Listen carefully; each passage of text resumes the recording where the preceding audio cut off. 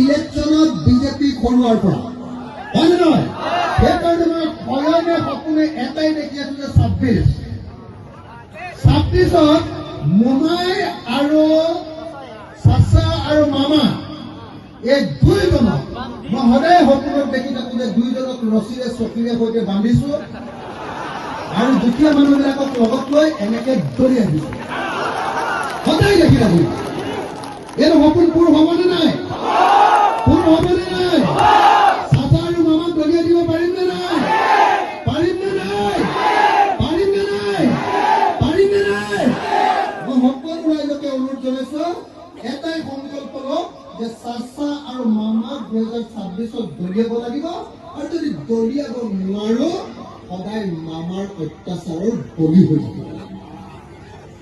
আজি পঞ্চায়ত ল'ৰা এজনক যদি কোনোবা এটা কেছত পুলিচে ধৰি লৈ গ'ল ৰাতি 2টা বজাত দৌৰিবলৈ দি পিছফালৰ পৰা গুলিয়াই মাৰি দিয়ে।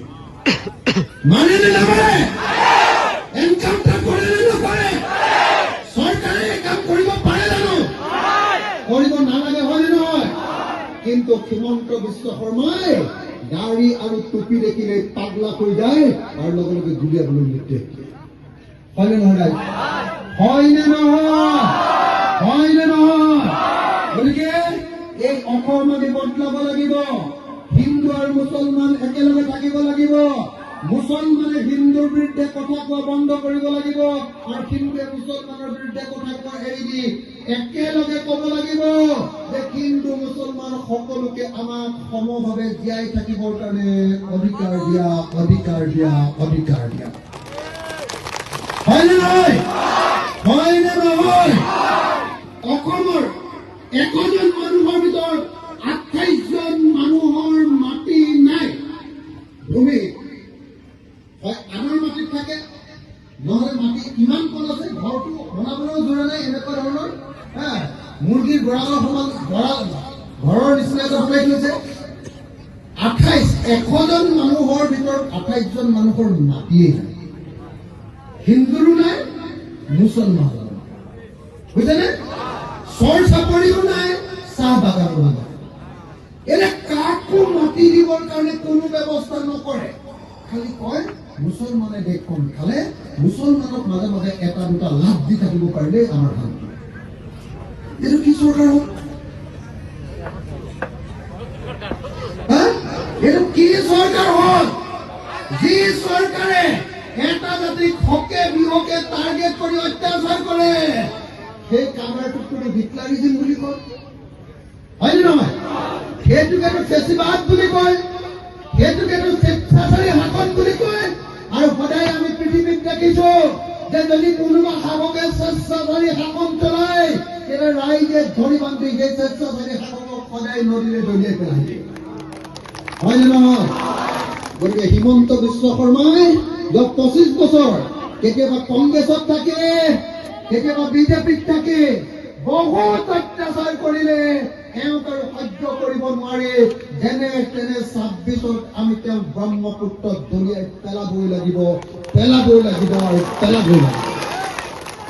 এই সংকল্প মই প্ৰত্যেকজন মানুহৰ মনত লৈ যাবৰ কাৰণে মই সকলোকে অনুৰোধ জনাইছো। মই প্ৰথম কিছু কথা কলো, মই কলো যে আমাক এনেকুৱা চৰকাৰ লাগে যি চৰকাৰে আমাৰ জীৱন আৰু সম্পত্তিৰ নিৰাপত্তা প্ৰদান কৰিব। হয়নে? 2 নম্বৰ, আমাৰ মৌলিক সমস্যাবিলাক সমাধান কৰিব।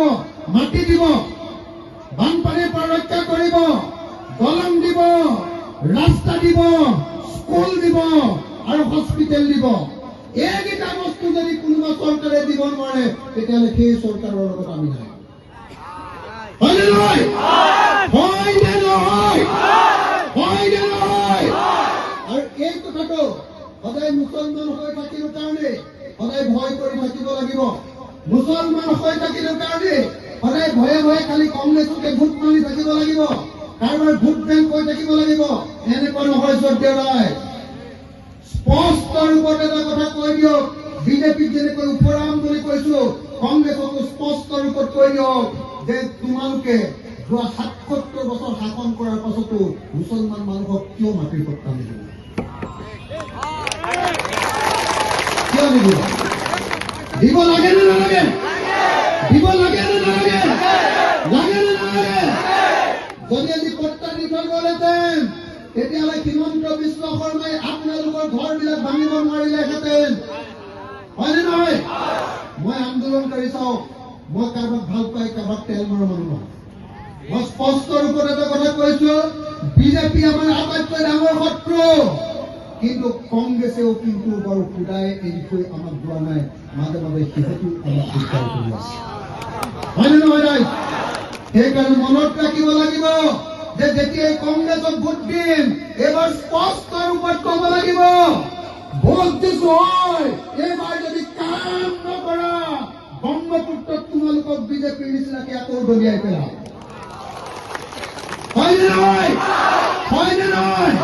সেইকাৰণে ৰাইজৰ দলে এবাৰ কৈছো, ৰাইজৰ দলে অখিল গগৈয়ে আমি কৈছো যে এইবাৰ যিখন চৰকাৰ হ'ব, এইখন চৰকাৰ অকল কংগ্ৰেছক কৰিবলৈ দিব নালাগে। যদি অকলে কৰিবলৈ হ'লে আকৌ আগৰ নিচিনা দালালি কৰিব লাগে, হয়নে নহয়? লগত 126টা সমষ্টি, 65টা সমষ্টিত জিকিলে চৰকাৰ কৰিব পাৰে।